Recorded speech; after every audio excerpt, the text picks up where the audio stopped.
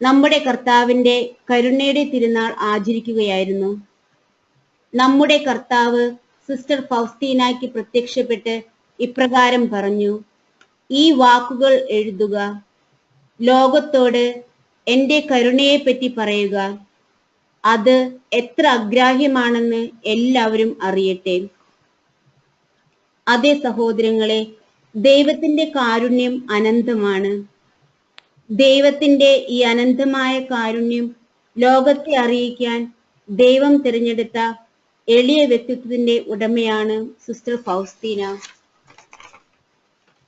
അതേ, വെറും 2ാം ക്ലാസ് മാത്രം വിദ്യാഭ്യാസമുള്ള ഈ എളിയ സിസ്റ്ററിന് കോടാനുകോടി ജനങ്ങളിൽ ദൈവകാരുണ്യത്തിന്റെ ഭക്തി പ്രചരിപ്പിക്കുവാൻ സാധിക്കും. എത്രയോ കഠിന പാപികൾ മാനസാന്തരപ്പെട്ട് ദൈവത്തിലേക്ക് തിരിഞ്ഞു. എത്രയോ ആത്മാക്കൾ ശുദ്ധീകരണ സ്ഥലത്ത് നിന്നും നിത്യസൗഭാഗ്യത്തിലേക്ക് പ്രവേശിച്ചിരിക്കുന്നു. നീതിമാന്മാരെ തേടിയല്ല, പാപികളെ തേടിയാണ് ഞാൻ ഈ ലോകത്തിലേക്ക് വന്നത് എന്ന് സുവിശേഷത്തിൽ ഈശോ പല പ്രാവശ്യം ആവർത്തിക്കുമ്പോൾ വിശുദ്ധ ഫൗസ്റ്റീനായോടും ഈശോ പങ്കുവച്ചത് ഇതേ സന്ദേശമാണ്. 1931 മുതൽ 1938 വരെയാണ് ഈശോ വിശുദ്ധ ഫൗസ്റ്റീനായോട് സംസാരിച്ചത്.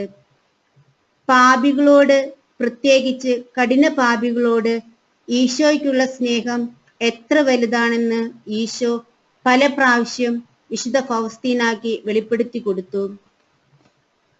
പ്രിയപ്പെട്ട സഹോദരങ്ങളെ, കഴിഞ്ഞ കാലങ്ങളിൽ ചെയ്തു പോയ പാപത്തെ ഓർത്ത് കരഞ്ഞിരിക്കാതെ, അല്ലെങ്കിൽ വീണ്ടും വീണ്ടും ആവർത്തിക്കുന്ന തിന്മയെ ഓർത്ത് അതിന് അടയിരിക്കാതെ, നമുക്ക് എഴുന്നേറ്റ് ഈശോയുടെ അപാരമായ കാരുണ്യത്തിൽ ആശ്രയിക്കാം.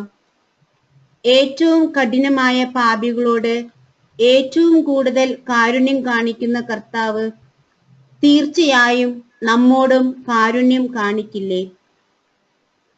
ഈശോയുടെ കാരുണ്യത്തിന്റെ കൊടുമുടിയുടെ താഴ്വരയിലെ ഒരു ചെറിയ മണൽത്തരികളല്ലേ നമ്മുടെ പാപങ്ങൾ. നമ്മൾ ഇനിയും ഭയപ്പെട്ട് ദൈവത്തിൽ നിന്ന് അകന്നു നിൽക്കേണ്ട കാര്യമുണ്ടോ?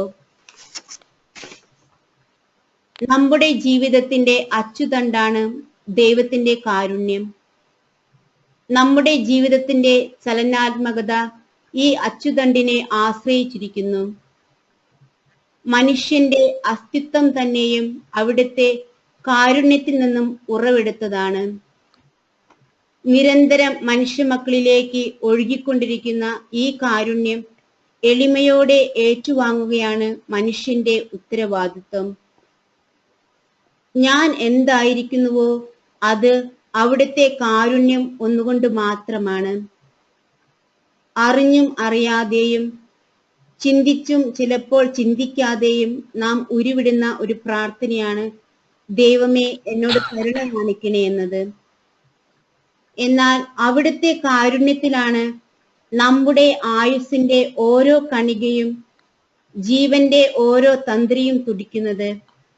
നമ്മുടെ ഓരോ ശ്വാസോച്ഛ്വാസവും ഓരോ ഹൃദയമിടിപ്പും ശരീരത്തിലെ ജീവകോശങ്ങളുടെ ഓരോ ചലനവും അവിടുത്തെ അനന്തമായ കാരുണ്യത്താൽ നിയന്ത്രിക്കപ്പെടുന്നതാണ് എന്ന സത്യം നാം മനഃപൂർവ്വം മറന്നു കളയുന്നു. ധൂളിയായ മനുഷ്യ, നിനക്ക് നിന്നിൽ തന്നെ അഭിമാനിക്കാൻ എന്തുണ്ട്? അവിടുത്തെ കാരുണ്യമല്ലാതെ മറ്റെന്താണ് നിന്റെ കാലുകൾക്ക് ബലം തരുന്നത്? നിനക്ക് സംസാരശേഷി നൽകുന്നത് എന്താണ്? നിനക്ക് കേൾവി ശക്തി നൽകുന്നത് എന്താണ്? എൻ്റെ കാരുണ്യമല്ലാതെ എന്താണ് നിന്റെ അധരങ്ങൾ തുറക്കുന്നതും നിനക്ക് സംസാരശക്തി നൽകുന്നതും? പ്രിയപ്പെട്ട സഹോദരങ്ങളെ, നാം നമ്മിൽ തന്നെ ഒന്നുമല്ല. ആരംഭം മുതൽ അവസാനം വരെ നാം ദൈവകാരുണ്യത്തിന്റെ തണലിലാണ്. ആ കാരുണ്യത്തിന്റെ കൈകളിൽ നിന്ന് പിടിവിട്ടാൽ നാം എല്ലാം ശൂന്യതയായി മാറും. ദൈവകാരുണ്യത്തിന്റെ ആഴം തന്റെ ജീവിതത്തിലൂടെ ദൈവജനത്തിന് മുമ്പിൽ അവതരിപ്പിക്കുന്ന പ്രവാചകനാണ് പഴയ നിയമത്തിലെ ഹോസിയ പ്രവാചകൻ. സ്നേഹമുള്ള ഭർത്താവിനെ ഉപേക്ഷിച്ച് അന്യദേവന്മാരുടെ പിന്നാലെ പോയ വഞ്ചകിയായ തന്റെ ഭാര്യയെ ഉപേക്ഷിക്കാതെ സ്നേഹത്തോടെ വീണ്ടും സ്വന്തം ഭാര്യയായി സ്വീകരിക്കുന്ന ഹോസിയ പ്രവാചകൻ ദൈവകാരുണ്യത്തിന്റെ പ്രതീകമായി നിലകൊള്ളുന്നു.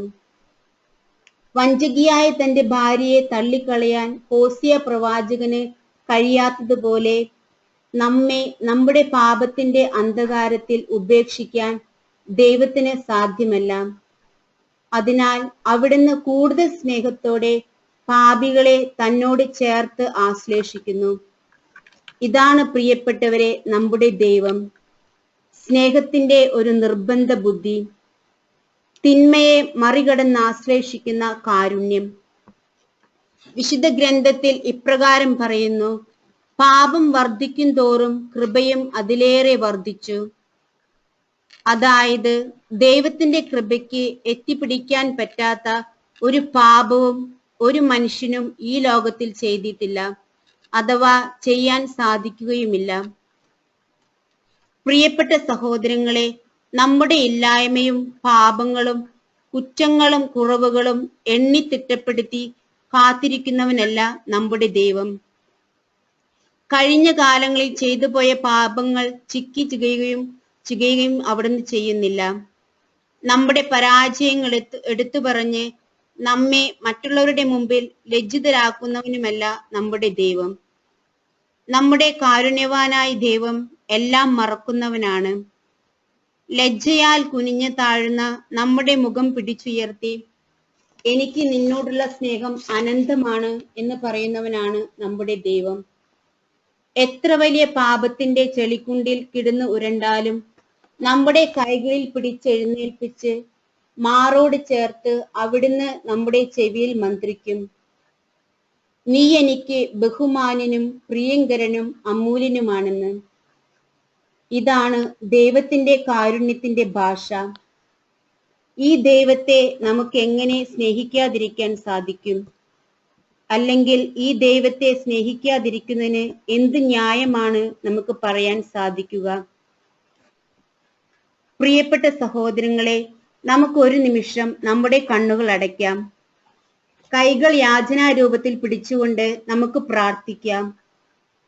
ഏറ്റവും കരുണയുള്ള ഈശോയെ, അങ്ങയുടെ കരുണ നിറഞ്ഞ സ്നേഹം മനസ്സിലാക്കാതെ പോയ നിമിഷങ്ങളെ ഓർത്ത് ഞങ്ങൾ മനസ്തപിക്കുന്നു. ഞങ്ങളോട് ക്ഷമിക്കണമേ. അങ്ങയുടെ അപാരമായ നന്മയെ ലക്ഷ്യം വെച്ച് ഞങ്ങൾ അങ്ങയിൽ ശരണപ്പെടുന്നു. അങ്ങയുടെ ഏറ്റവും കരുണയുള്ള ആത്മാവിൽ ഞങ്ങളെ സ്വീകരിക്കണമേ. അങ്ങയുടെ കരുണയിൽ നിന്ന് ഒരിക്കലും വിട്ടു നിൽക്കാൻ ഞങ്ങളെ ഇടയാക്കല്ലേ.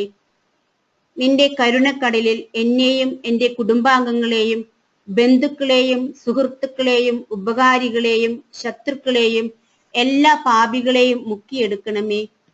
ഈശോയുടെ ഹൃദയങ്ങൾക്ക് കാരുണ്യ സ്രോതസ്സായി ഒഴുകിയിറങ്ങിയ തിരുരക്തമേ, തിരുജലമേ, ഞാൻ അങ്ങയിൽ ശരണപ്പെടുന്നു. തിരുമിഴികളിൽ അഭയം തേടുന്നു ഞാൻ. കാരുണ്യമൂറുമ തിരുഹൃദയത്തിൽ മുട്ടി വിളിക്കുന്നു ഞാൻ. കരുണയൂറുമ തിരുമിഴികളിൽ അഭയം തേടുന്നു ഞാൻ. കാരുണ്യമൂറുമ തിരുഹൃദയത്തിൽ മുട്ടി വിളിക്കുന്നു ഞാൻ. ദൈവമേ കാരുണ്യരൂപനേ, അരികിൽ വന്നിടണേ. ദൈവമേ കാരുണ്യരൂപനേ, അഭയം തന്നിടണേ. കരുണയൂറുമ തിരുമിഴികളിൽ അഭയം തേടുന്നു ഞാൻ. കാരുണ്യമൂറുമ തിരുഹൃദയത്തിൽ മുട്ടി വിളിക്കുന്നു ഞാൻ. തകർന്നു പോയൊരു ഹൃദയവും മുറിവു പേറുമെൻ മനവുമായി. തകർന്നു പോയൊരു ഹൃദയവും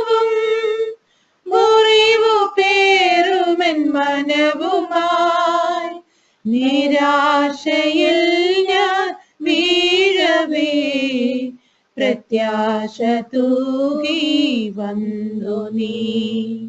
നിരാശയിൽ ഞാൻ വീഴവേ പ്രത്യാശ തൂകി വന്നു നീ. ദൈവമേ കാരുണ്യരൂപനേ